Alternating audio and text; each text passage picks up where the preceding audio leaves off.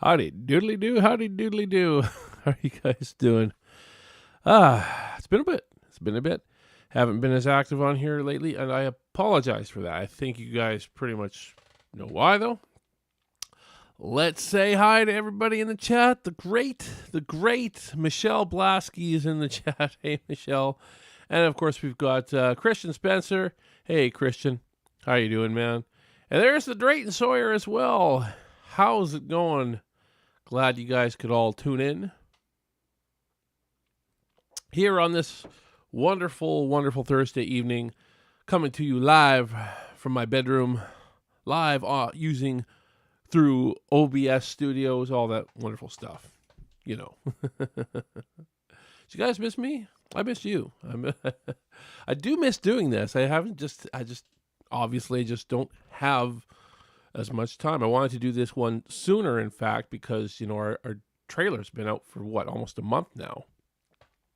And same with the fan film that we're going to talk about as well. That's been, I think that dropped maybe a few days to maybe a week after, maybe as much as a week after our trailer dropped. So, yeah, I've been wanting to get on it. Just so many things going on.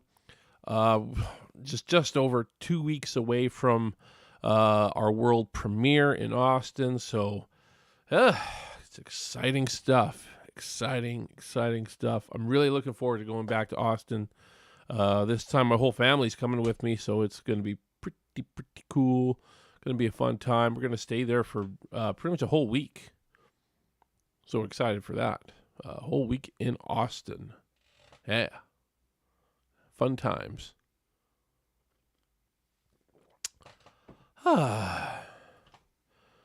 Let's see what you guys are saying. You guys are mostly just talking to each other, which is great. Awesome. Seems like everybody's doing good. Nobody's sick. Nobody's come down with anything. That's always nice. It is summer, though, so I find I don't get sick quite as often in the summer. So there you go. Let's do our shout-outs here. I know that you guys have seen them probably a million times now. Unless there's somebody new in the chat that's just not saying hi. Feel free to say hi if you are new in the chat. Just say hi. Hello. But our good friend Michelle Appollonia of Breathless Beauties makes these awesome custom horror themed dolls. Really awesome stuff. And she's totally awesome. Like total awesomeness. I don't know where she's been lately. I keep trying to reach out. I guess she must be busy. I don't know. She's been absent lately. I miss her. I miss you, Michelle. I don't know what you've been up to lately, but hopefully Michelle will tune in once again. And our other Michelle Blasky, who's in the chat, of Miss 44. She's got her cool art, obscure art. I love it. And not only that for Michelle Blasky, but she is, of course, making a fan film of her own, The Third Channel, which I'm a huge supporter of, associate producer on, and all that wonderful stuff. And I believe Michelle has actually wrapped filming. I think. I don't know for sure, but I think you've wrapped filming. If you have, that'd be cool. That's awesome. So that's pretty cool to know that they shot the movie. Oh, we got a new chatter here, which is cool. WLJJ movie reviews. Can't wait for the Sawyer family massacre. You can leave out the family part. Everybody calls it that, though.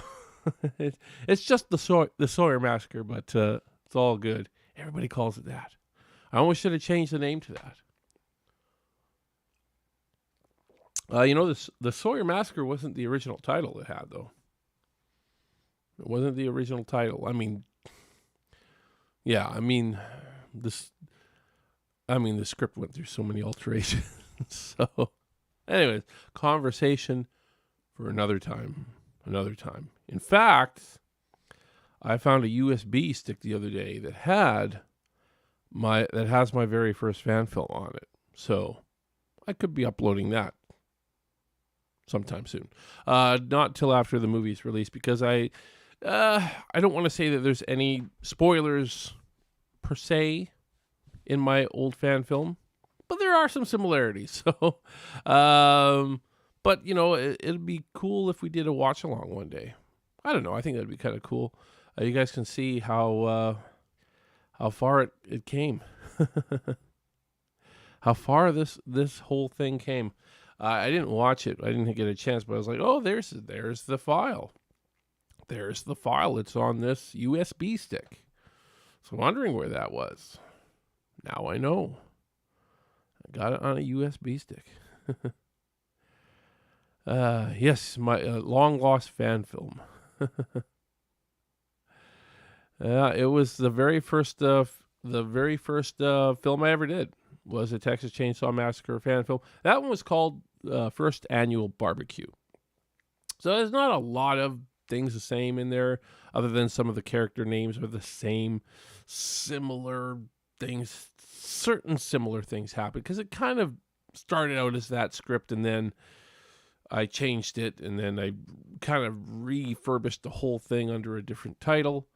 Again, conversation for another time. I don't want to bore you guys to death with all that stuff.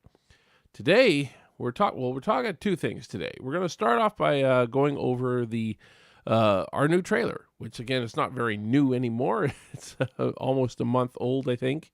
I think it's been up for about close to 4 weeks now, and it's seems to be getting a lot of positive feedback. I'm glad that so many people seem to be behind it and really like the direction we are going with it. And I'm just really happy that it's people liked it as much as they have.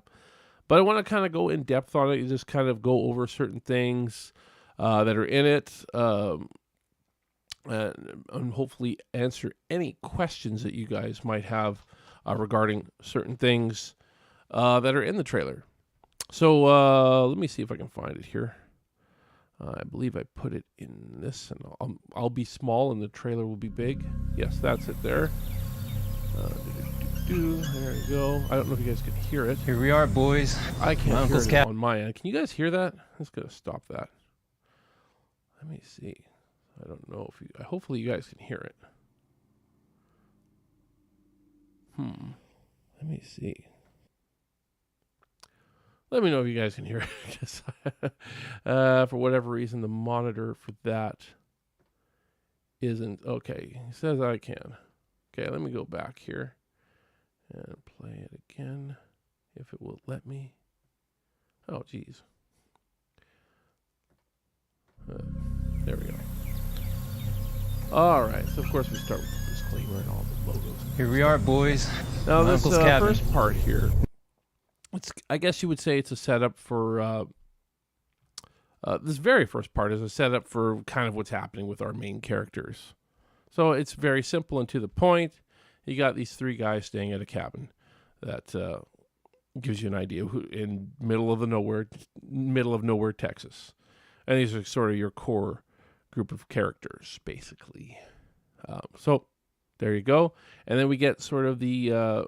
I set this up in such a way that, you would get character, then plot development, and then the kind of the meat of what goes on once we know what the plot is, sort of thing. All the chaos that ensues, of course.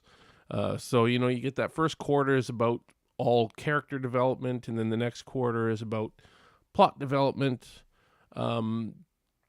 and then the chaos, and then more once we get past that chaos, you get sort of little nuggets that are almost meant to make you think, wonder what that's about, little things. So without giving them away, it's like we're giving you teases of stuff in the movie that could mean big plot points, basically. That makes sense. So again, this opening bit with our three characters, Gene, Jimmy, and Brent. Not bad, Brent. What about Brent's AC, cabin. though? Brent's got this nice fan for How do you air think he's conditioning. doing? Like, that was a nice touch. It was, and that particular thing, it was a little bit of a poke at the remake, because there was that scene in their van where it's like, hey, you can get the AC working. So it was a little nod to the remake. I don't think it's poking fun. It's kind of it is a nod to the remake. Again, I'm trying to not hate on the remake so much, because it's over the years I'm coming to appreciate it a little bit. I still have a hard time with it, but there's little things like that I did little nods to in the film, and that was one of them. Although I thought it was kind of cool that he pulled out that was kind of an on the spot thing. That wasn't in the script. We didn't have a fan like that, and I can't remember exactly. There was that line was in the script, but we didn't have an actual fan, and they found that old style fan, and I thought that would be kind of a cool thing to do, and it gives you a little bit of comic relief. It's not a comedy, this movie, but there is some little comedic moments, little bits. Anyways, glad you guys can hear it okay. I don't know why I'm not getting it through my monitors. I don't know if it's something because I can hear myself through the monitors very, very well, but I can never hear other stuff. At least not through OBS. I think it's a setting thing. I'm not going to... And you know what? I'm not going to touch it, because I know this trailer. I cut it. So I don't need to... hear it necessarily. And if I try to mess around with it, I'm probably going to end up losing my own audio. Anyways, and if you guys have any questions, I'm probably repeating myself, but if you guys have any questions about any of this stuff, definitely feel free to ask in the comments. Obviously, if there's a piece of dialogue that's meant to be ambiguous, I'm not going to tell you what it means, because we want to keep it ambiguous until you guys actually see the movie. With that said, I think this is all pretty kind of straightforward stuff. It's sort of setting up our characters and what they're doing, and then this next part gets into our setting up our protagonist, Jimmy. So you kind of Jimmy really needs this guy, man. Jimmy. He's got So Jimmy, what's this? he's got something that's happened. Something that's happened to this poor guy. Something's happened. We don't know what yet, but something's happened. And then we meet our girls next door, or live close by. We'll call them neighbors, and that's the wonderful Nika Lou as Allison, and the wonderful Alicia Jade as Lorraine. And this is Lorraine's house. The soul searching you're doing? That's something personal And, happened to me a few months again, back. just Jimmy, I'm kind so of- sorry. It's just enough to give you that there's something there with Jimmy, and that's our character setup, right? I feel like that's all you needed. Some people have expressed, geez, you should have given more of the story away in this trailer. Some people have expressed that, geez, it's really good, but I wish you would have given a little bit more story away in this trailer. And I'm always on the fence with that. I don't want to give too much away in a trailer. I never want to do that. I don't know. I want to leave as much as I can for the movie itself, for when you guys see the movie. I don't want you guys to know too much. Just give you enough. So I think we did that. I think we gave enough. Let's see what you guys are saying about all that. So that's basically essentially the first quarter of first 23 seconds. So it's about a quarter of the trailer is the character setup. Christian Spencer, where was that open field shot at? I might have asked that before. Which open field? I gotta know which one you're talking about. Is it one of the shots in the trailer? Um, let's just go. You let me know which one, Christian. Let's just skip all. We'll just watch through all this again. And once we get Here to we any are, kind of- boys.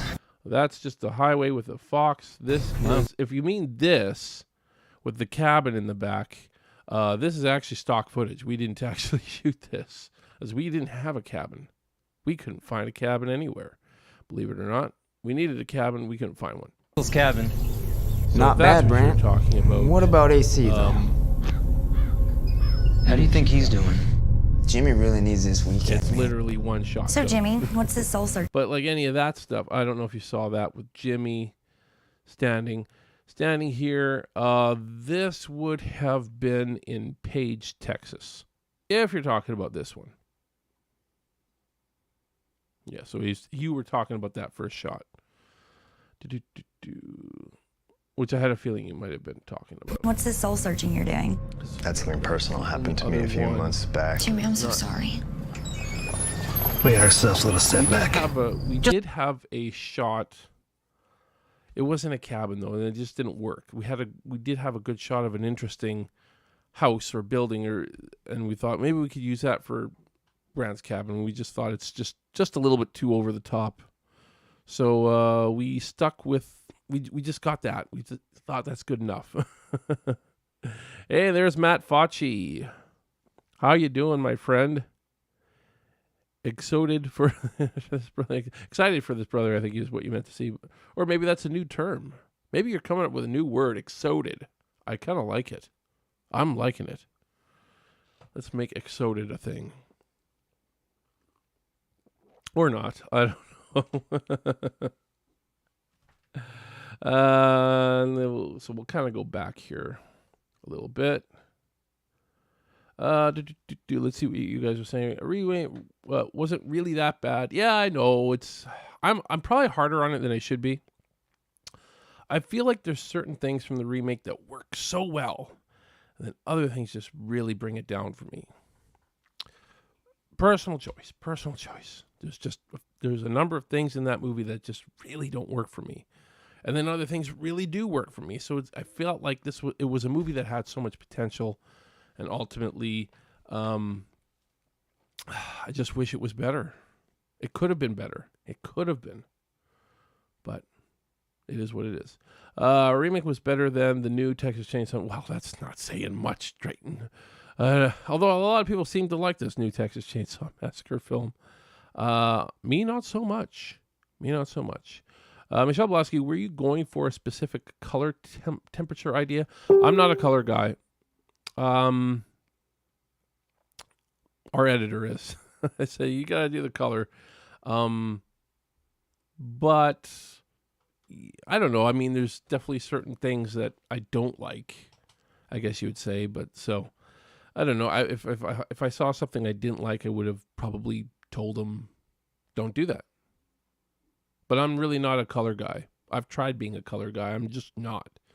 Know your strengths. That's not one of them for me. Hey, Nicholas Cooling. Nick Cooling. I'm just calling you Nick. I don't think I've seen you. Is this a new account? I've never seen you like that.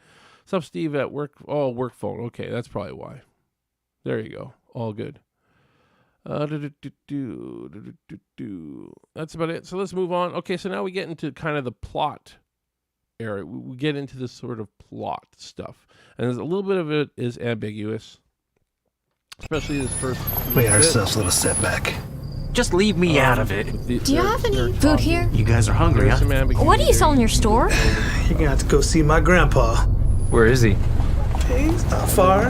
You just got that little bit. Enough to just sort of say, okay, all these people are getting lured to this place for reasons unknown. Well, you get a little bit of reasons though. You do get a little bit of reasons. I think that's you get a little something. And there's our house in the trees. You just see a little bit of it there. Which actually I really liked this house. I wish we got to use it more. But it was pretty dilapidated, this house. Oh. more so than I had realized when I had first seen it in photographs. But yeah, it was not doing too well. So we could only get shots of this house from wide. A very, very creepy house. Very creepy house. We just weren't able to kind of get the closer shots, unfortunately, with it. So we had to use our other house for that. But you know, you work with what you got. You work with what you got. They were both in the same town, essentially. So both outskirts of Bartlett. So it worked out pretty good. Hey, and there's Jordan from J Carts Arts. Hey, thank you for joining as well. But yeah, anyways, with that bit, you just get a simple indication of what's going to happen in this movie. What is and how these people are essentially being led to this house. Pretty simple. I tried to keep it simple without giving too many nuggets. Yeah, you know that you hear the one character played by Olivia Andrade say, "Do you have any food here?" So you know that they're hungry. They want some food. So it's all about that. What do you have? And you hear Nika say, "What do you have in your store?" It's just enough to sort of give you the gist of it. You get the gist of it. Again, you don't want to tell your whole movie in a trailer. Just give them the gist. Give them the gist. Hey, and there's Degrees Centigrade, our buddy Mario, and Aaron Johnson. Hey, guys. Hey, a little bit late. Hey, there's nothing wrong with that. It's okay to be a little late. It's all good. I yap on too long anyways, don't I? Probably. And I repeat myself a little much, too. Probably. I annoy the hell out of you guys, don't I? Probably. So there's our house. Love it. Love the house. Wish we could have got more angles of it. The other house is okay, though, too. It's just, it's not exactly what I was going for. You know, we artists are always hard on ourselves. Now, had I been able to go to Texas like 2 or 3 months before and drive around and just look at every single property out there, that probably wouldn't have happened, but, you know, it is what it is. It is what it is. And we got stuff that worked. Anyways, moving on here. Let's watch this bit here. He's got everything you need. Girls, stay close. Hey, there's an old car there. Oh, that's an old Cadillac. Let's go back to that old Cadillac. Pa. Where is he? There's an old He's not car. far. We've got. He's got everything you need. Though these two, the truck and this one, virtually free, gas, which was good. I mean, originally we had all our other vehicles virtually free as well, but then stuff happened, and well, you know, but these two were virtually free. Virtually, I say, and nice too. I like this Cadillac. Very nice Cadillac. Then, you know, of course, stuff happened last second, of course. And these were the only two cars we had all of a sudden. So, you know, I had to open up the wallet a little bit for a car. The car we got was pretty good. I don't think it appears in this trailer anywhere, though. I hate to say. The car that we paid for is not in this trailer anywhere. I don't even know what kind of car that is. It's an old car. They're all old cars. I'm not a car guy. I'm like, just give me some old cars, damn it. I like that. Sure, that's great. That's great. That's old enough. If it predates 65, we're good. I think that truck was exactly 65. Was exactly a 65. So, wish it was a little older maybe, but, you know, that's okay. And you'll see why I wish it was older when you watch the movie. Not spoiling anything now, but I do wish it was like a 50s vehicle, but you get what you get. I think this Cadillac was a 62 or something like that.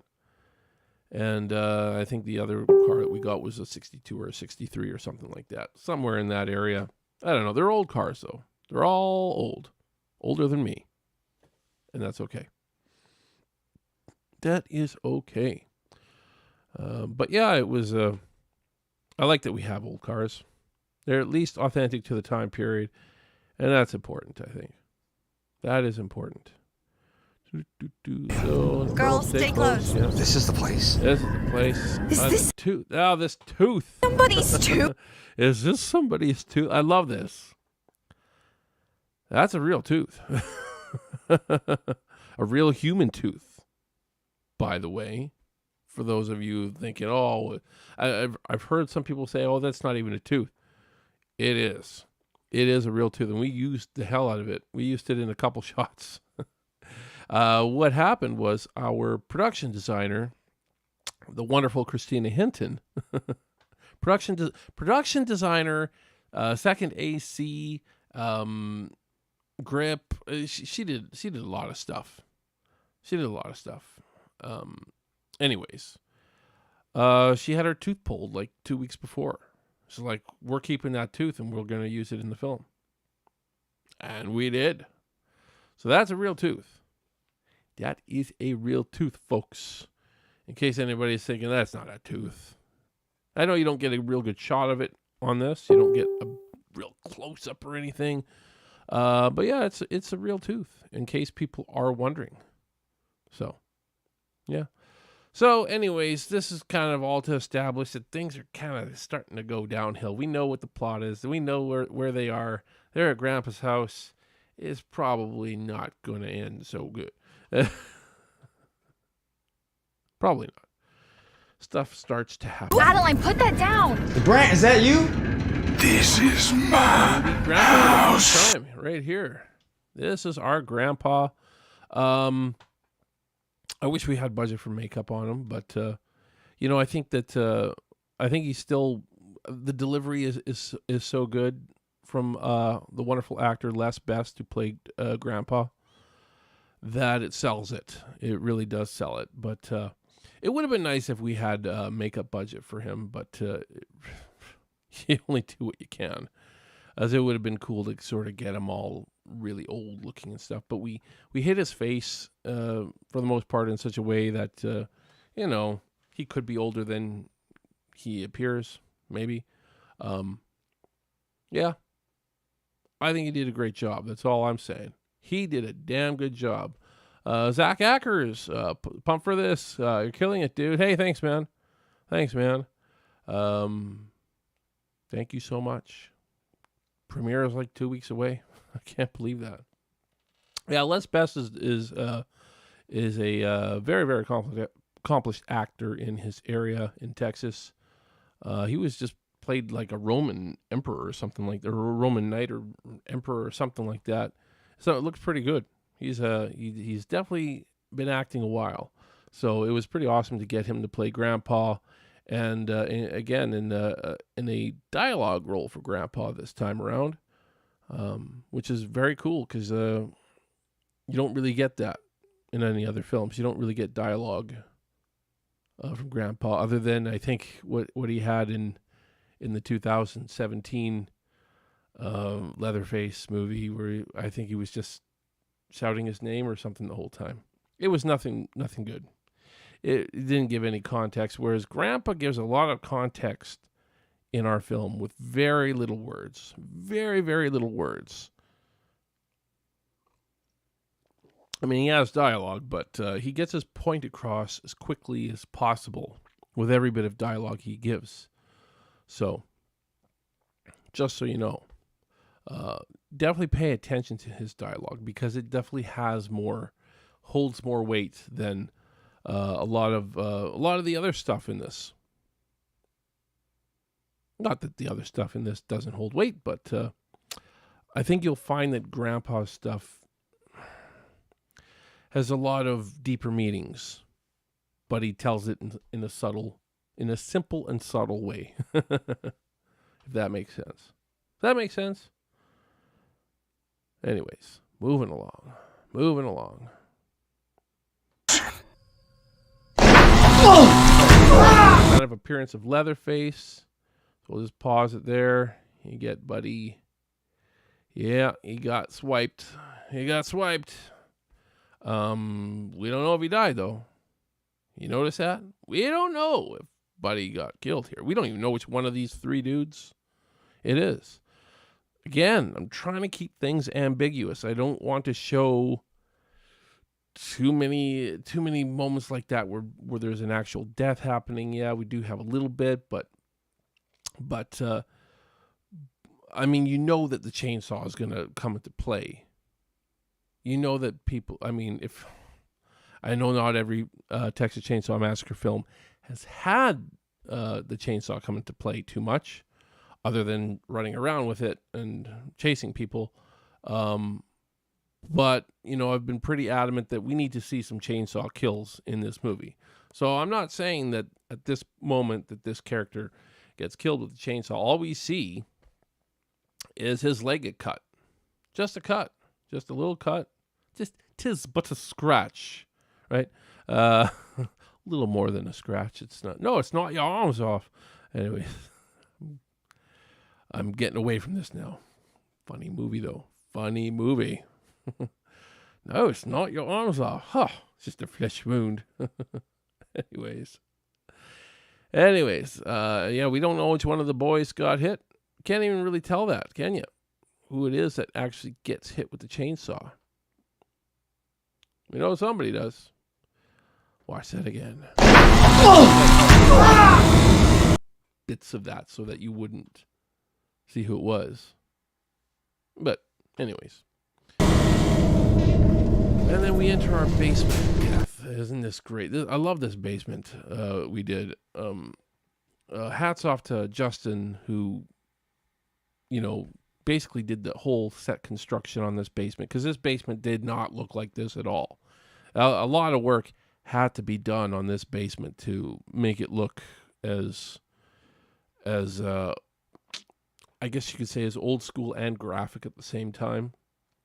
Hats off to our SFX artist doing all the blood, handprints on the walls and all that kind of stuff.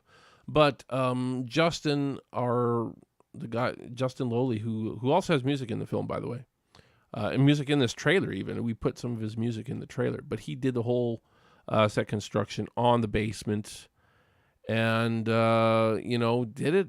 You know, I had certain things I had, you know, wanted him to make sure he knew that we wanted.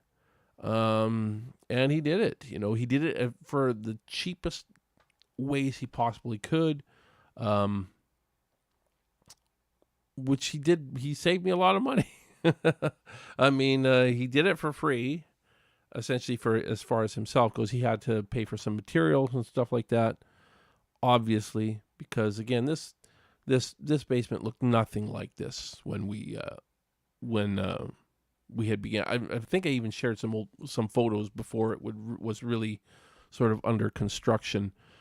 Just the staircase alone is way different. I think we definitely made sure there was a lot done to the staircase. Yeah, and it's cool. It looks cool.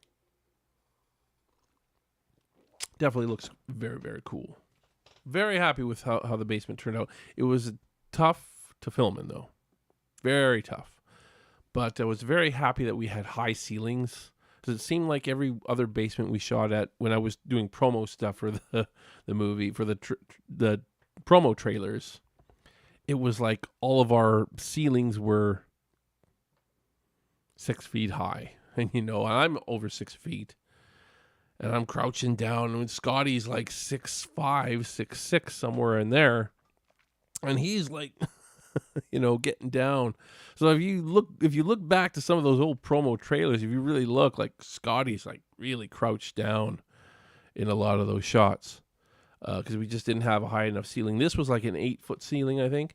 So it gave us a lot more. It gave us enough room to hang the meat hooks and stuff like that, and all these chains that you see as well, that look pretty cool.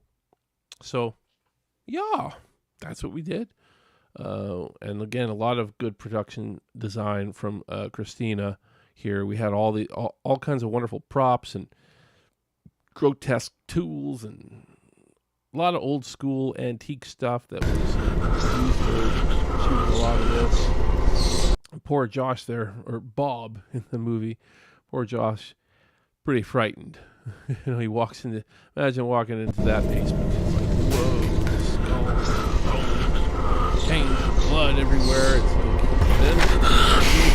then there we see Olivia lifting this hunk of cardboard on the grass outside the house.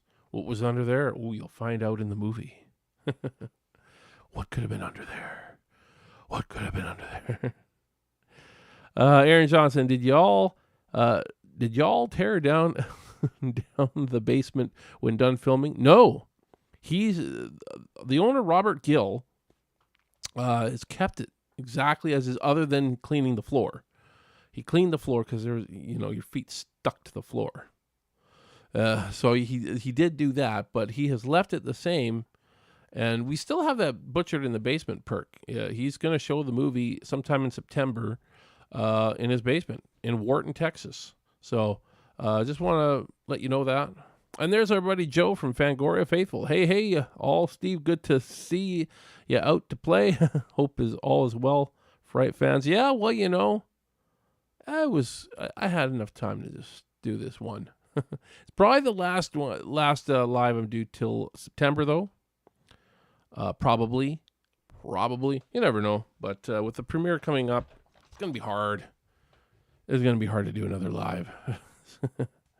And there's still work to be done. I met with the sound designer a couple days ago, went over all the little intricacies that I need done with audio.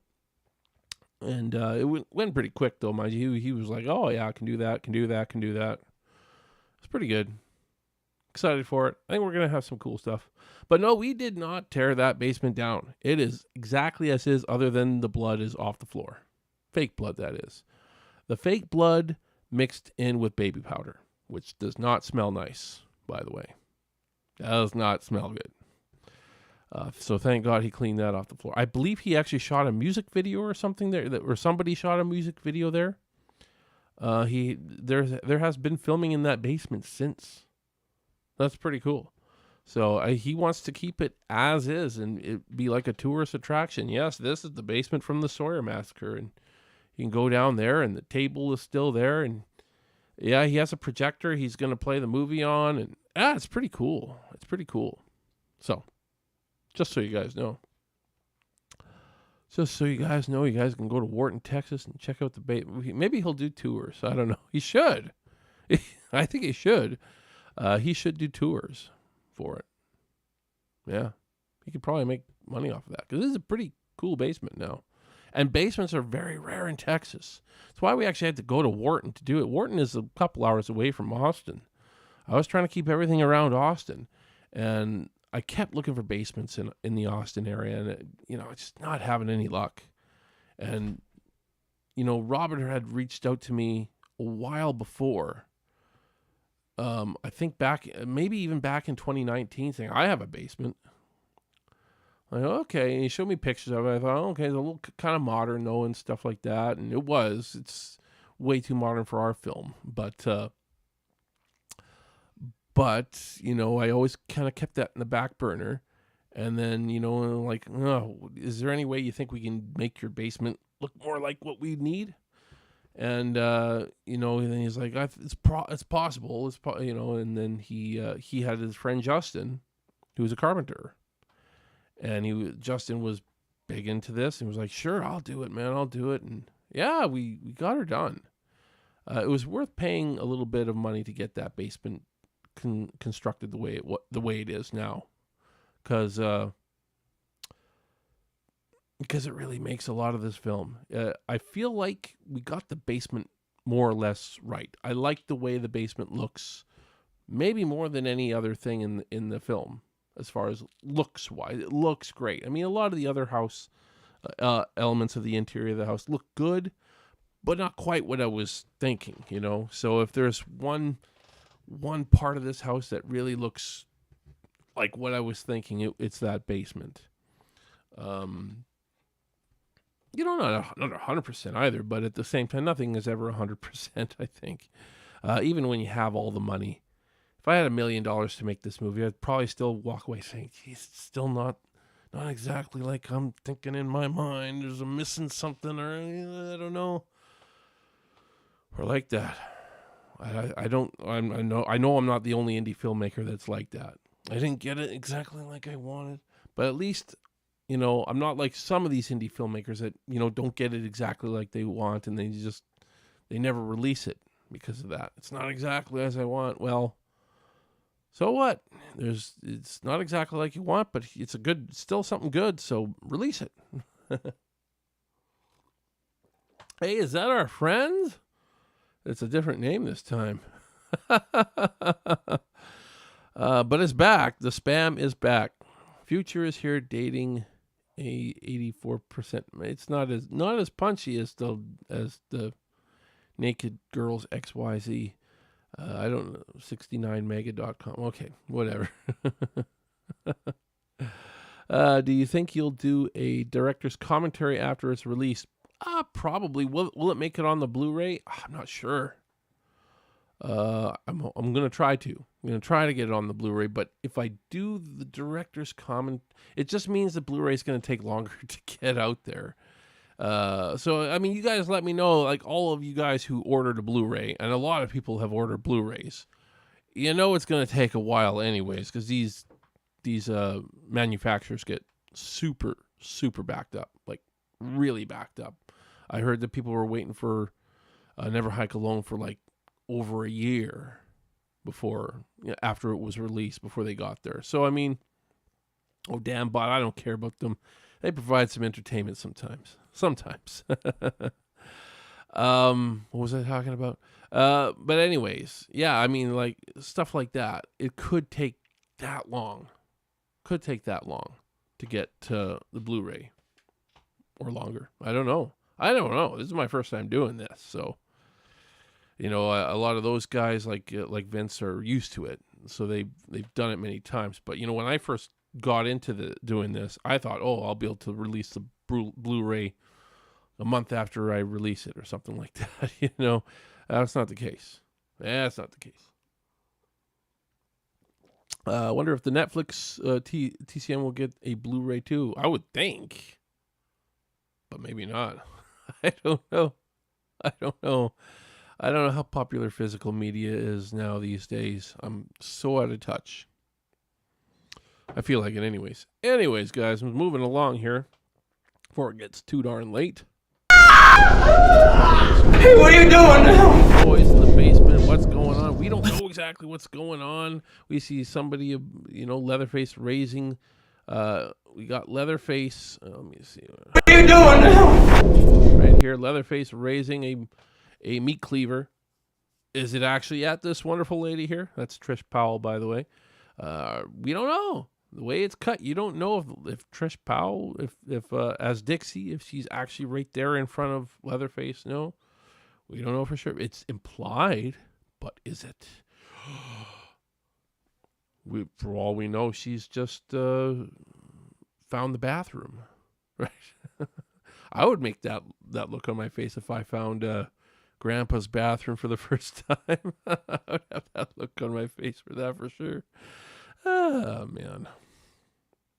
Her scream just scared my cat.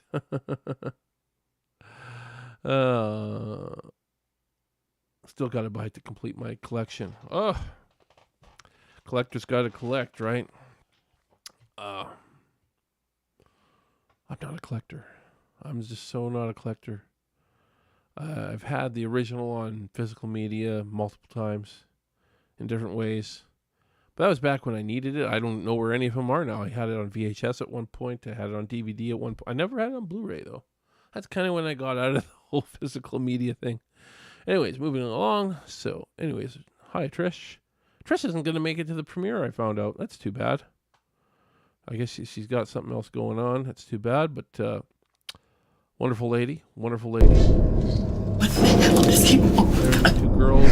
We have to go.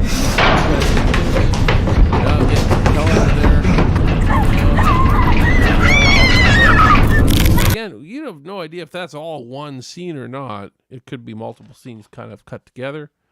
I left that kind of ambiguous, but it all fits together well, right? So whether it is all one scene or not, doesn't matter.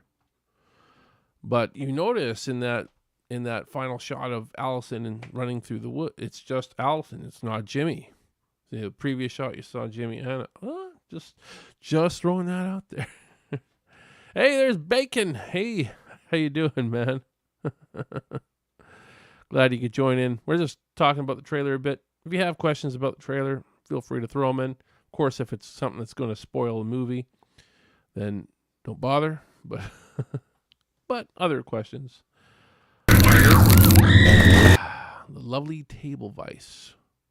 What do you want? A little bit of a shot of Leatherface, and we get some context here. We get a little bit of dialogue from Allison and Grandpa. Very strong. What is all this?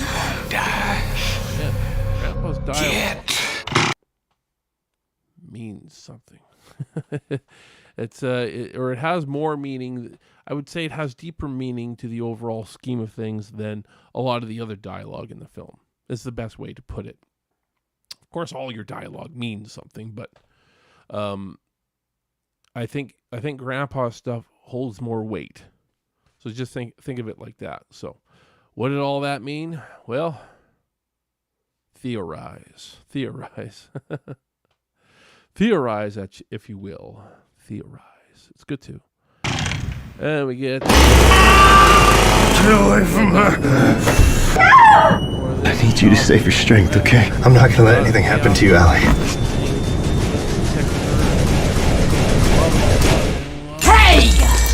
Mayhem has gone on. There's a lot of shots in there towards the end of the trailer. But we can see that, I'm not gonna let anything happen to you, Allie. We don't know. Hey, there's a good buddy of mine. Anyways, it looks like he wasn't doing so good. It's actually Michael McGlynn. Hey, Michael, if you're around. He's probably not. With Slasher 15 Productions. He was one of the guys that got the perk to be killed in the film, so we can say he gets killed.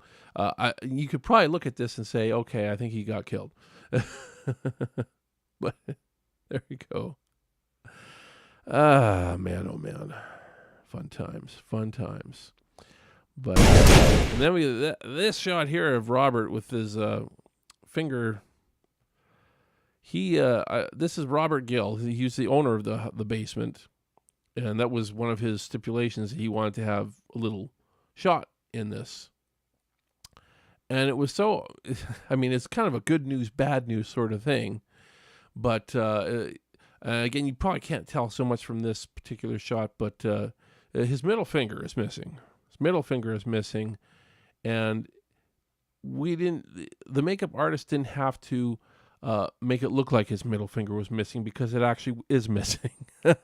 He lost his middle finger about, I want to say a year and a half ago, about there anyways, about a year and a half ago. I can't remember exactly. It was infected. And the first thing he messages me, say, this happened to me today. We have to use it in the film. I'm like, okay, are you okay, man? I was like, man, are you okay? You just lost your finger. He's like, yeah, but now you have Leatherface bite my finger off in the film, and it's going to look awesome. And it does look pretty awesome. Of course, our SFX artist did the blood rigging and stuff like that, and he did a little bit on top of the nub to make it look more like it was freshly bitten off by Leatherface. And I don't know, I love it. It's not much in the film, but it's a little something, a little bit of extra gore, if you will, that we didn't have to do anything to make it look like his finger was off. We didn't have him go like this with his hand, or he's actually missing that finger. It's actually gone. But finger looking good. I like that. And he actually sold it pretty well. I believe we you guys just get a little snippet of it in this trailer, but he holds on to that and he sells it pretty well. So good acting on you, Robert.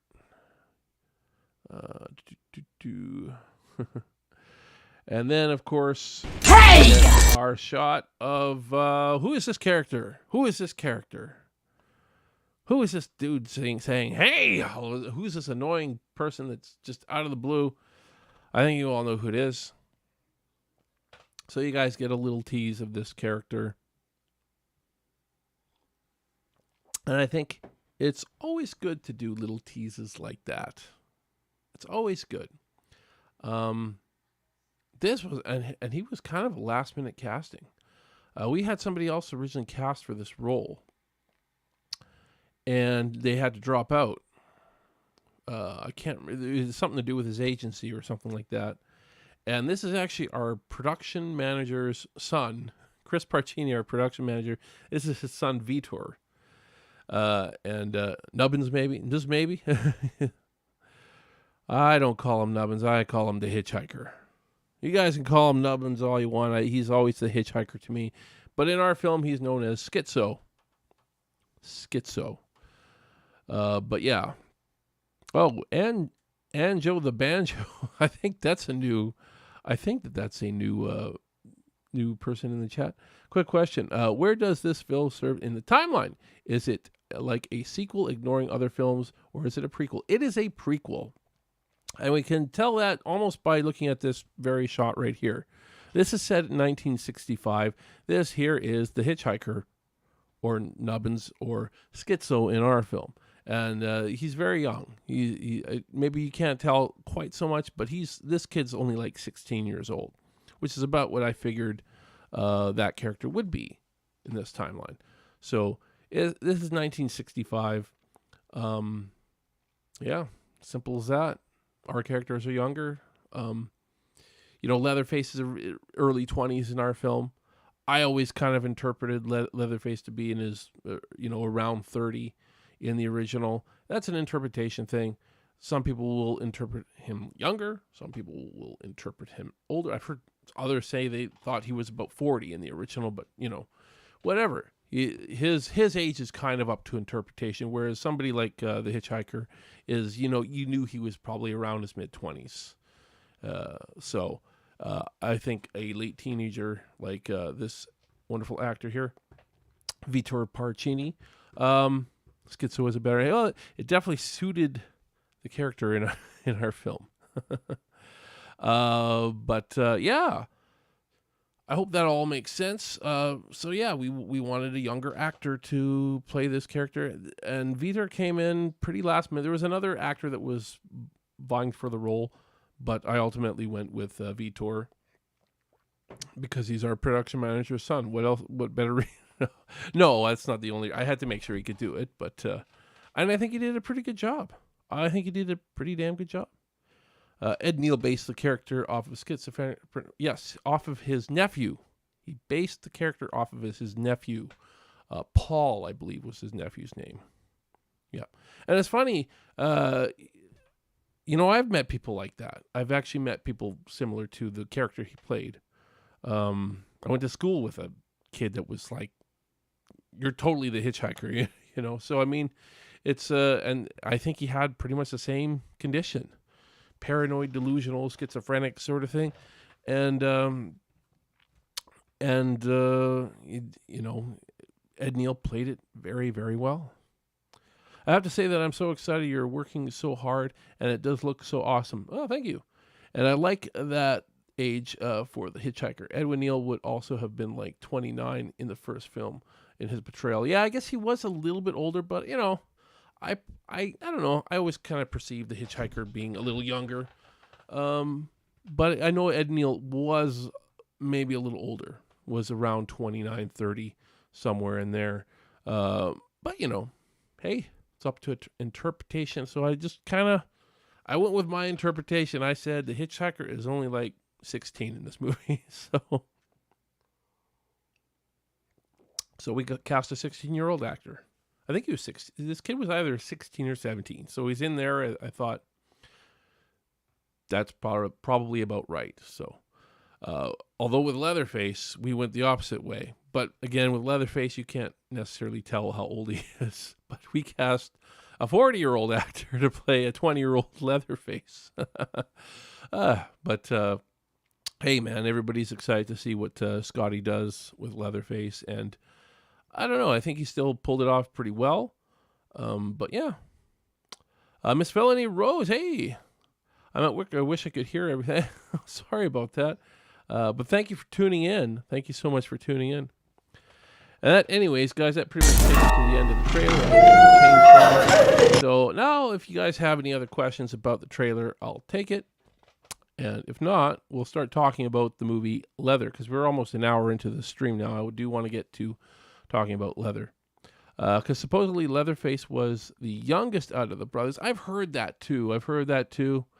Again, I think it's up to interpretation. Whether that was the actual intention Toby and Kim had with those characters, that Leatherface was the youngest. I know that he was supposed to be the youngest mentally, but whether the actual character was meant to be the youngest, I don't know.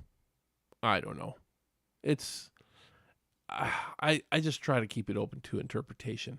What I'm not a big fan of is making these new Texas Chainsaw Massacre films, and them trying to say he's 60. At least that's what they were really originally promoting this new one as. They're promoting it as a 60-year-old Leatherface. And that doesn't match up for me, because that would mean that Leatherface was 12 in the original.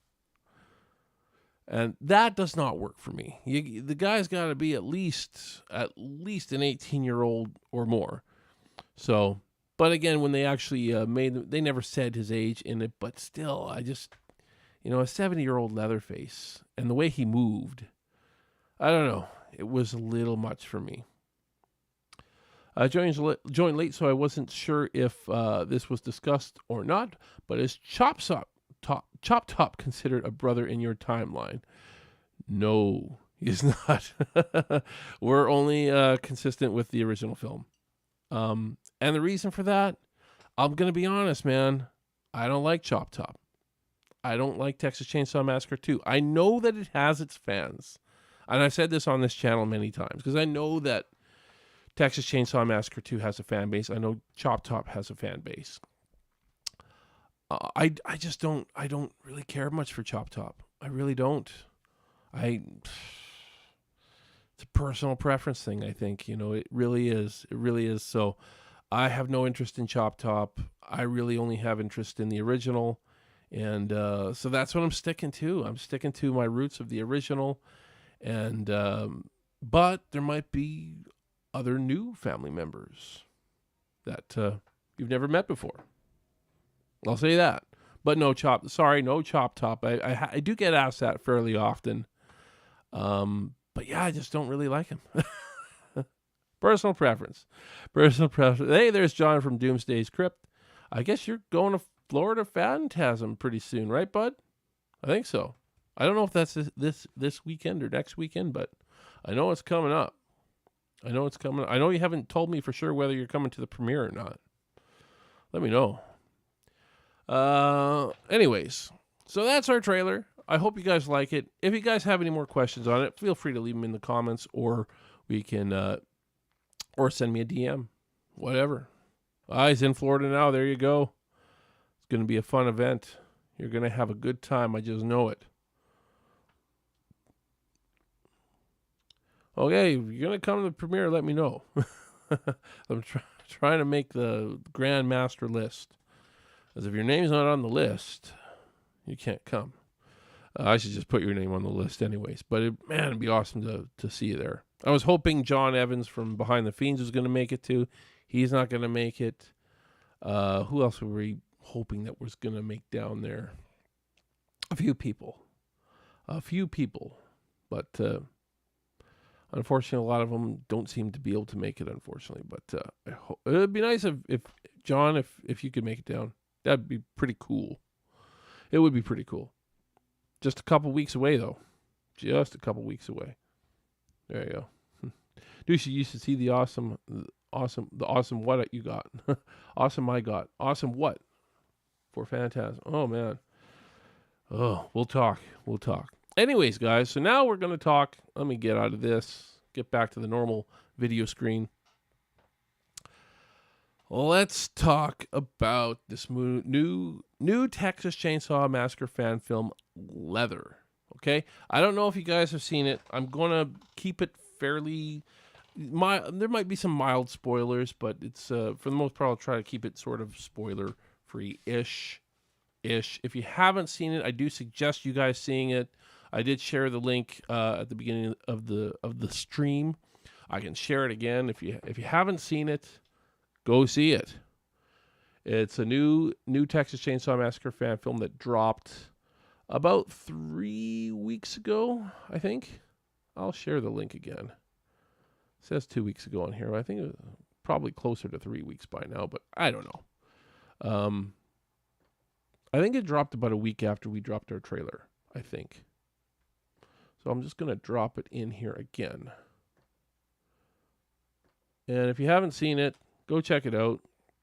Again, I'm not going to spoil too much, though, about it. There's our favorite spam. I just love that. Haven't heard of Leather. I'll have to watch it. Yes, you should definitely watch it. Halloween and Sawyer Massacre. There you go, in October. Yes, for sure. For sure. Halloween ends, Sawyer Massacre, and My Special Boy. Don't forget that. That's the Friday the 13th fan film. Yes. So let's talk about Leather. I've been kind of anticipating this one a little bit. I think it was supposed to originally come out about a year ago, but they've had a lot of post-production issues, and I heard the filmmaker didn't have a lot of money behind it, if any. It's about a 30-minute fan film. But I'm not here to I'm not here to praise it just because it's a fan film made for no money. But I do commend that. No matter what, I always hey, these guys made something great with no money. And if you make something, period, geez, hats off to you. Hats off to you. And if you make something for no money, well, hats off even more to all those people that worked for free on your film, for sure. Because I'm sure a lot of people did work for free on your film if there's no money behind it. I hope they at least got free food. Yeah, My Special Boy, James Grimm. James Grimm's an associate producer on our film too. Yeah, just saying. James is a great guy, and he's got a great channel too. He does a lot of this stuff too. Does live streams. He's done trailer reactions to all 4 of the trailers that we dropped for the Sawyer Massacre. So that's awesome. That's pretty cool that he's done that. And yeah, really happy to have him on as an AP, and really happy that he's managed to get My Special Boy filmed. And it's gonna, I believe it releases just 1 week after the Sawyer Massacre releases in October. Just 1 week after. So that's pretty cool. That's pretty cool. Yeah. And they have an Indiegogo campaign in demand as well. So anyways, getting back to Leather here, though. We want to talk about Leather. So like anything, there are some really great things about it, and there's some stuff I'm not crazy about. It's going to be like that no matter what film, guys. So and before anybody starts thinking I'm bashing on the filmmaker, I'm going to tear my own films apart too. I've done that. We did a watch through of Disorder, my short film Disorder, on my channel. I told you the things that I don't like about it. I know that we should have done better, and whatever. But ultimately, you do what you can when you have no money. And I think that this film was very well shot for a film that had no money behind it. Very, very well shot. And from what I've gathered, it's kind of a one-man band for the most part. Unfortunately, I don't know the filmmaker's name, the writer-director. I wonder if it says it anywhere. It's All Rise Films is all I ever see. But it's like he does all the cinematography, he does the directing. I think he does the sound, I don't know. So I wonder if it says anywhere in the opening credits. Is there opening? There is no opening, just Leather. End credits. What's his name? It must say his name. Somewhere. Oh. That's the name of an actress.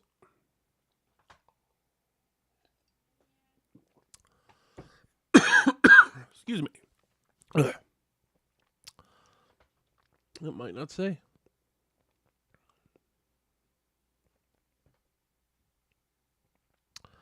Zach Schaefer as Leather. They just call Leatherface Leather in this. I don't know if that's to avoid any copyright issues or anything, but I mean, it's a fan film, so.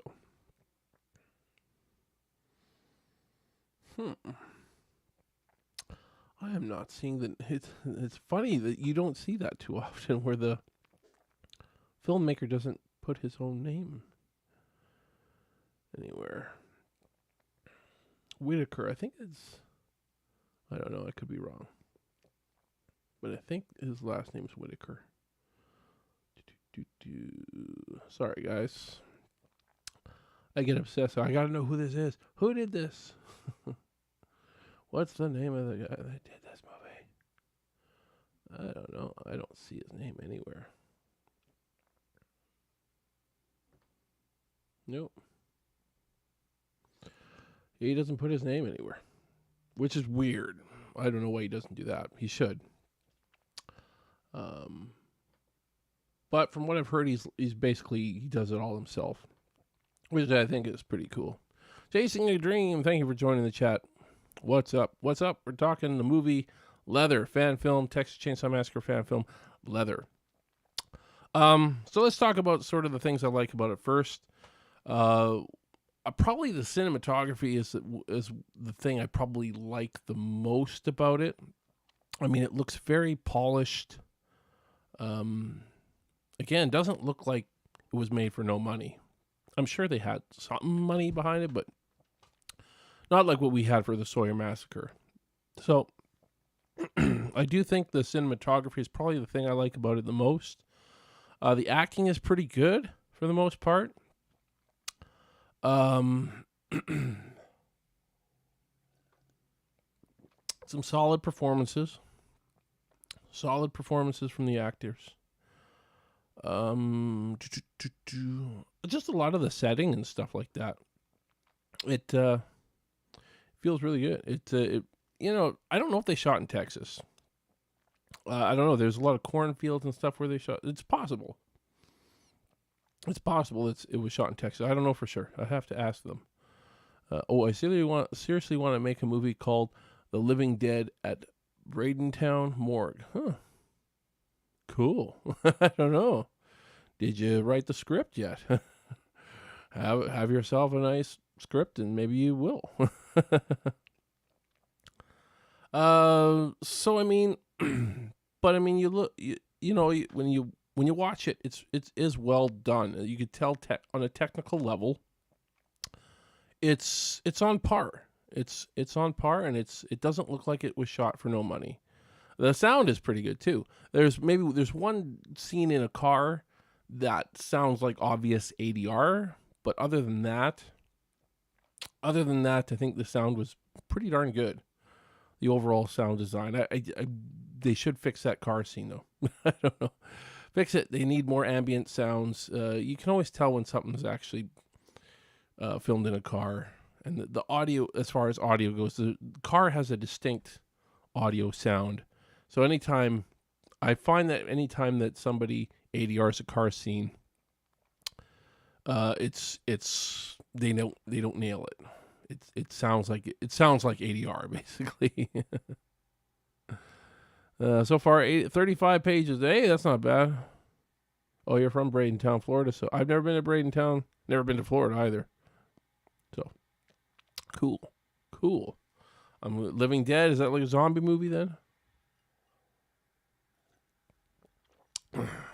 Sounds cool though. So yeah, I'm interested to know more about this film. I've only watched it once so far. I'm trying to get time to watch it again. But so these are kind of my first impressions. I would say it's a pretty good fan film overall. It's a pretty good fan film.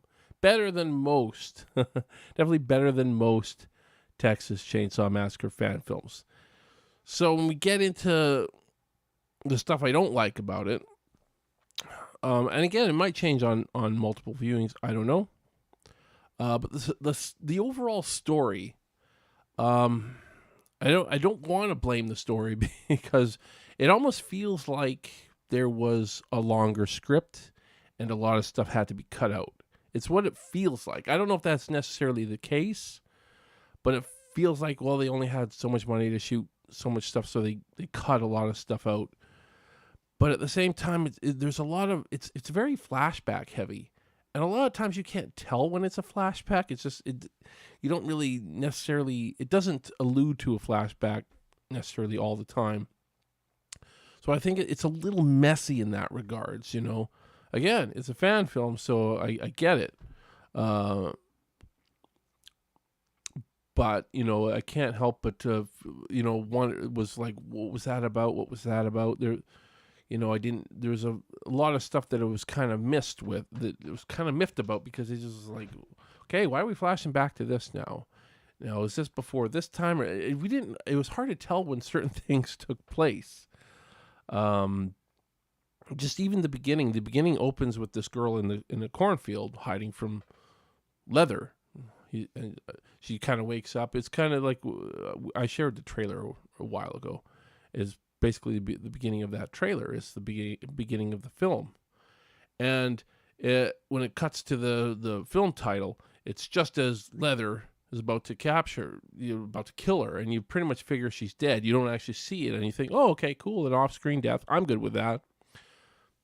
But then she comes back. So then she's in the film again later. And you're like, you can't help but wonder, is this before or after? You know, so it's a little messy that way. I think that it probably needed a little bit of tightening up. And some of the flashbacks they had in the movie, it was too many flashbacks. I will say that, too many, especially for a 30-minute film. You know, I've always avoid flashbacks in a script whenever you can. Avoid it. Sometimes you need it, but try to avoid them. I always try to avoid them, and I don't have any flashbacks in the Sawyer Massacre, just so you guys know. No flashbacks. Not a one. It's linear storytelling. Not that I have anything against non-linear storytelling, but the Sawyer Massacre is very linear. You know, the first thing that you see happens is the first thing that happens, and the last thing that you see happens is the last thing that happens. So there you go. But with that being said, doesn't mean I won't do things like flashbacks or memories or whatever in other stuff I do. Yeah. Anyways, so I mean, those are probably the elements of the film I disliked the most. There was certain character development, which you gotta love character development, but I was kind of wondering what it had to do with the overall scheme of the film, like what it really meant to the overall plot, and you know, character development just for the sake of character development. It's gotta tie into the plot somehow, right? So some of it just felt like you're just telling us who this character is, and doesn't necessarily make sense to the overall scheme. Now, having said that, like I said, this feels like it was probably a much longer script, and maybe all of that would have tied together. You know, when you have, if you know this about a character, how does it tie to the plot? And I don't think it did a very good job doing that. So I wonder if a longer script would have done that. Just saying. Another thing I didn't really care for, the look of Leatherface. I don't know. It's not the worst look of Leatherface. He's definitely too clean for me.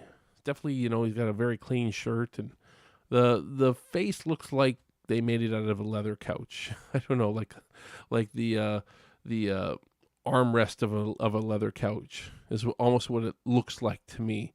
And hey, you know, you do what you can with what you got, and I'm not saying that's what they did. It looks like that's what they did. You know, you do what you can to make the best mask you possibly can. But I didn't get a lot out of Leatherface as a whole, though. I didn't really know. It didn't really get a whole motive or anything like that. I mean, not that. We kind of always supposed. I guess it's kind of implied what Leatherface's motive is by now, but I don't know. It felt like more of just kind of the same old with him. But with that being said, I think they could have done Leatherface a little better. I think the actor that played Leatherface, though, I was digging what I was seeing as far as his movements goes, and he had a good build for it. Yeah, I would cast him as Leatherface. He did pretty good. What do you got planned after the Sawyer Massacre? A psychological thriller. That's all I'll tell you for now. And there will be a flashback in it. One flashback. Just one. I was saying don't do flashbacks if you can avoid it. Oh, sometimes they're needed. Hey, I'm not going to say never have a flashback in your film. But, ask yourself, can you tell this without a flashback in a certain way? And, so sometimes they are necessary, but not all the time. Leatherface as a mask seems easy, but to be good, it's not. Yeah, to be good, it's not. Like, our masks were expensive. We had multiple masks too, and I really think that Leatherface should have multiple masks. I kind of miss that element from a lot of the Texas Chainsaw Massacre films where they don't have him wearing many different masks. It feels like the first movie, he wore 3 masks in that film, and every other movie is like, oh, maybe he'll put on another one at some point. It feels like that.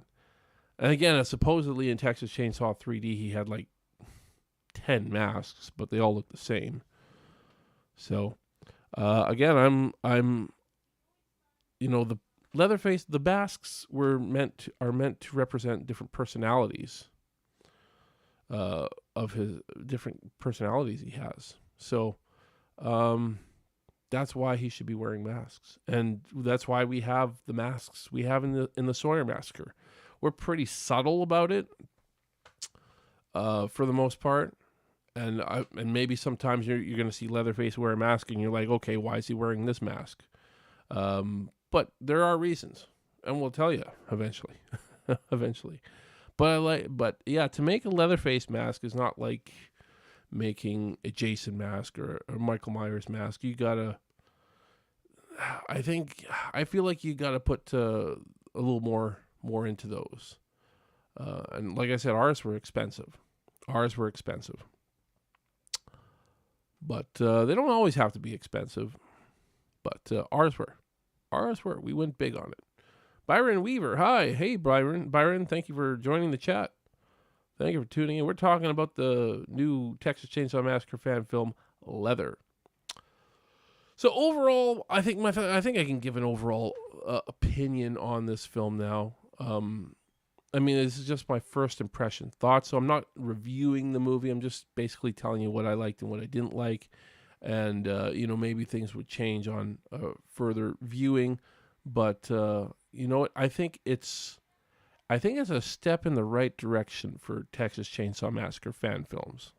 Yeah, sure, it's not perfect, but it gives you an idea that it tells you that there's potential with this franchise to make movies. Again, I think the storytelling could be a little better, but there's something there. I feel like there's something there, and we just didn't quite get the full picture. The filmmaker had to make some sacrifices. So, story-wise anyways. So, ultimately, I think it shows promise. And I hope for more good Texas Chainsaw Massacre fan films in the future. We know that there's more coming. I haven't kept up lately with The Grind. I'm hoping The Grind is going to... I don't know if I thought they were going to start a crowdfunding campaign, but I haven't seen one yet. So, John, I think you've been keeping up with them a bit. Do you know if they're starting a crowdfunding campaign soon? I should reach out to Josh and find out. Joshua Adams is doing that one. How would I rank this one in with the Texas Chainsaw Massacre fan films that I've seen? It's probably the second best one I've seen. Again, I have to rewatch it. So, it's up there. It's pretty high. Because a lot of the ones that have been made are pretty low production value and bad acting and really no story going on at all. And that's unfortunate when you see Texas Chainsaw Massacre fan films really don't have much to offer. But this one does. This one does. And of course, my favorite one still is Last Roundup Rolling Grill. Go check that one out if you haven't yet. That's got to be the best Texas Chainsaw Massacre fan film yet.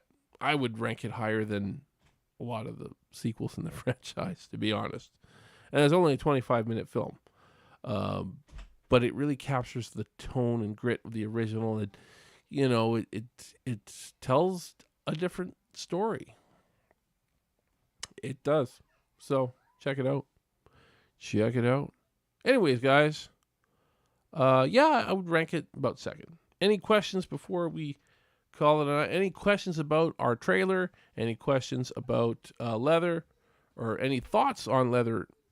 I would say, because not much point in asking me any questions about Leather, because I didn't make the film. But share your thoughts on Leather if you've seen it. John Doomsday Crypt says, I think they are. I did love the Grind trailer. There's a lot of potential and talent involved in my opinion. I saw like a little teaser trailer. I didn't see the trailer. So have they released like a full trailer now? I gotta see it. I know he's done well with the concept art. He's done very, very well with the concept art. Have to watch Leather later. Yeah, check it out. Again, I didn't really spoil anything. I think I kept it pretty spoiler-free. And I want to keep it fairly spoiler-free. But it's definitely worth checking out. But again, just a little bit messy on the storytelling. A little bit messy. I wish they would have cleaned that up a little bit. Interesting. You like the characters, so you want to. I like that about it. You don't have characters in it that you're rooting for to be killed. But with that being said, there's also times when I thought a character was killed, and it's like, oh, they weren't killed. And I hate that I've kind of walked away from this film, Leather, wondering who the hell was killed in this movie. At the end of the day, it's kind of odd that way. How many kills were in this movie? I don't know. It felt like they were trying to do all the kills off screen. But you could tell me nobody was killed in this film, and I would believe you. Or you could tell me everybody was killed in this movie, and I'd believe that too. But it is kind of strange that after watching the movie, I was like, which characters were killed? So I don't know. Again, I think it's the storytelling. I think it's the way it was conveyed. But there's potential, huge potential. I know the teaser with Angel Bradford. Yeah, I saw that one, I think, with them. Yeah, the two lovely ladies. We got to catch up and get, you want to like, yeah, it'll be after the premiere for sure. This premiere is keeping me on my toes. Definitely keeping me on my toes. But I'm excited for it. Super, super excited for it. Someone is behind me. I don't see anyone behind me. Did I miss something? Did my wife walk in accidentally? I have no idea. A24 would be great to see on Netflix. There you go. I'm really excited for your new movie. So how long is it again? Like 90? Yeah, about 90 minutes long. It'll be about 90 minutes long. A little over 90 minutes with the credits. Well, there was somebody behind me. I don't know. Was it a ghost? I don't know. There's nobody there now. I'm going to have to watch the replay and see if somebody poked their head in the door or something. I don't know. I think it was my wife. Okay. Byron Weaver. I would have Ty West, who wrote and directed X, write a new Texas Chainsaw Massacre movie. Ty West would be perfect for it.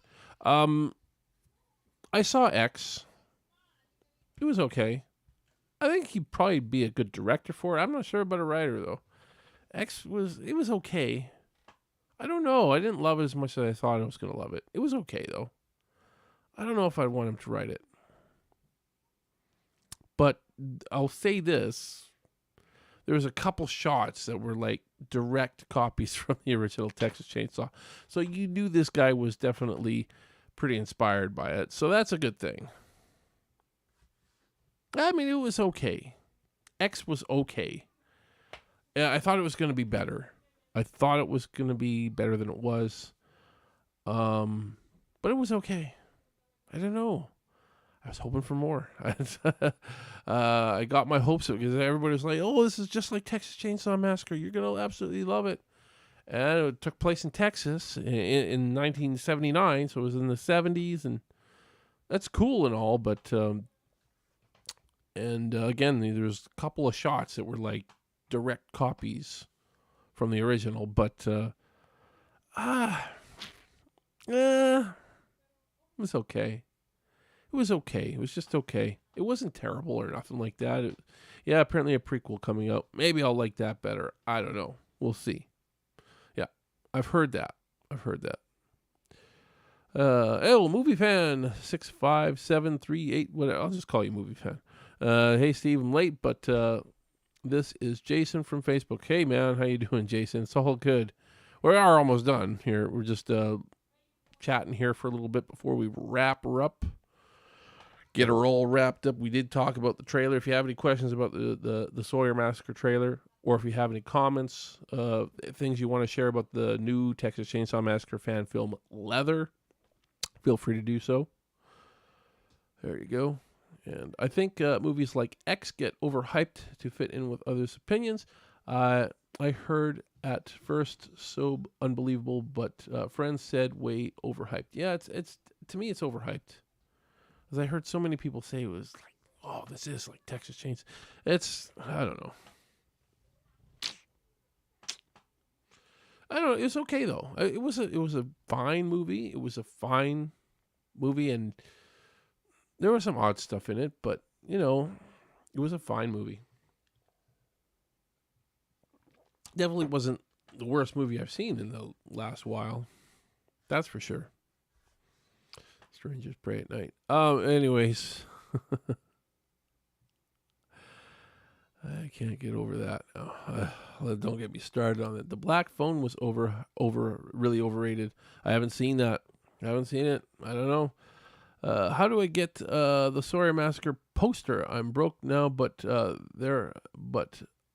they on the Indiegogo campaign? Yes, they are on the Indiegogo. And this one is an 11 by 17, and we also have the bigger one. The campaign will be up for at least probably until the release date, unless we start raising too much money.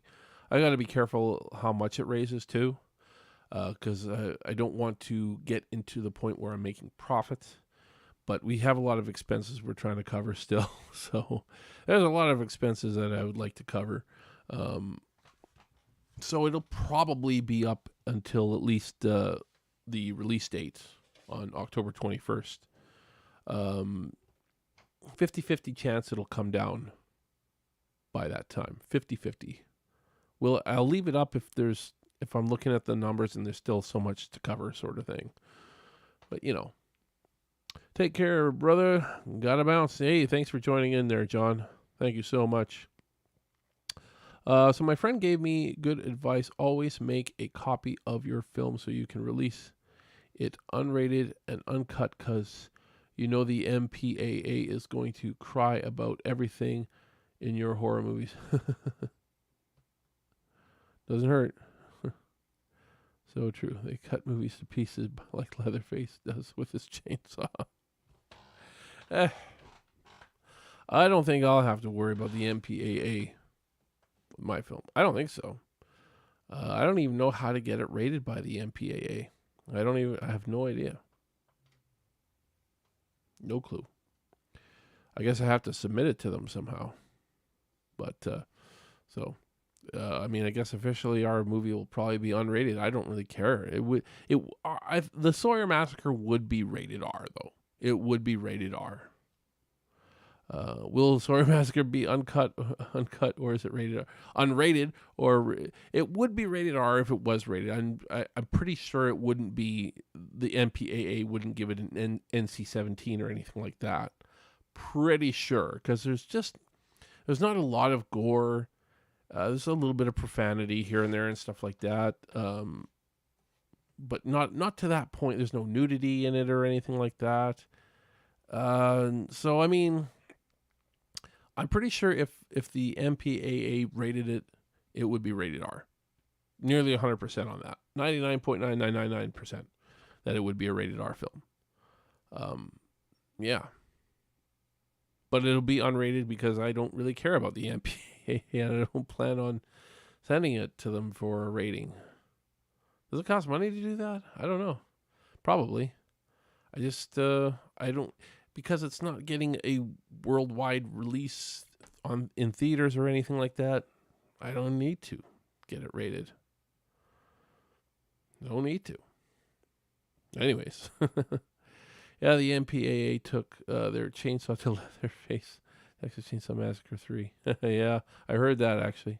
I'm sure that wasn't the only one, but yeah, I did hear there was at least a couple scenes they said, no, you can't do this, you can't do this if you want your R rating. I think nowadays they're actually a lot tamer than they were back in those days. But yeah, I'm pretty sure we would get an R rating though. Pretty sure. Anyways, guys, I think that'll probably do it for me for the night. It's 7:30 here where I am, 7:31 to be exact. And it's been fun chatting with you guys. I hope you guys are excited for the movie. I'm excited for our world premiere coming up in just two weeks from tomorrow is when our world premiere is. I'm going to Texas, not this Sunday, but the following Sunday, I think. Oh, I hate it when I have to do this, but there we go. Is there a trailer to the new TCM fan film Leather? Just saw your description. There was a teaser. There was a teaser trailer a while ago. They calling it a trailer, but it really feels more like a teaser to me. For Leather, yeah, a while ago, and now they have like some really short teasers, like what would be TV spots probably. So let me see if I can share it in the chat. I don't know. I'll see if I can. What? It says I deleted your message. I didn't mean to delete it. Sorry about that. No, won't let me undelete it, but I can still kind of see it for some reason. Sorry about that, WLJJ Movie Reviews. I think I hit the wrong button by accident. My bad. Let me see if I can find the original trailer for that. Where is it? The whole movie's just over 30 minutes long. There it is. There's the trailer. Yeah, and the trailer is a minute and 10 seconds long. So it's really more of a teaser. I would call it a teaser anyways. It doesn't really give away any story or anything. So it's, in my mind, that's a teaser. Not always so much about length, but let me just share it in the comments here for you. That's their trailer right there. Teaser. I was saying they took their franchise to the Friday the 13th franchise. So yeah, the MPAA is terrible. It is what it is. It's they're a moderator, basically. They keep us filmmakers in check, I guess. It is what it is. So they're gonna do it. Censorship. But anyways, yeah, I shared the link to the trailer in there, and the link to the full movie is in the description as well. So you guys want to check out Leather, go check it out. It's definitely a pretty good watch. Again, a couple stories. You know, the story is a little bit messy for me, but overall, I think there's a story there. There's a story there, and maybe there's going to be a part 2 to this movie that's going to clear things up a little bit. There is a post-credit scene, as I recall. Check that out. So yeah, make sure you stay till all the end credits. There you go. I would say this, I would make my own rating company. Well, it'd be tough to compete with the MPAA. Because that's the one that movie theaters care about. Yeah. Anyways, guys, that'll do it for me. You guys have been awesome. So we will catch you guys very soon. Probably in September after our premiere. And you guys have yourselves a wonderful, wonderful, wonderful night. And take her easy.